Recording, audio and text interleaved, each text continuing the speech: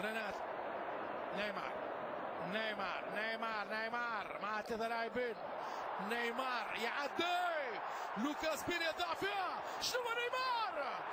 5 لاعبين للتصدي لنيمار. شنو هذا؟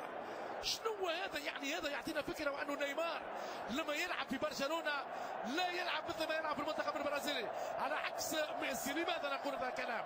لانه نيمار يلعب على استحياء في نادي برشلونه، لا يقدر ان يلعب بهذا المستوى الفردي لانه مطالب باهداء الكره ليو ميسي.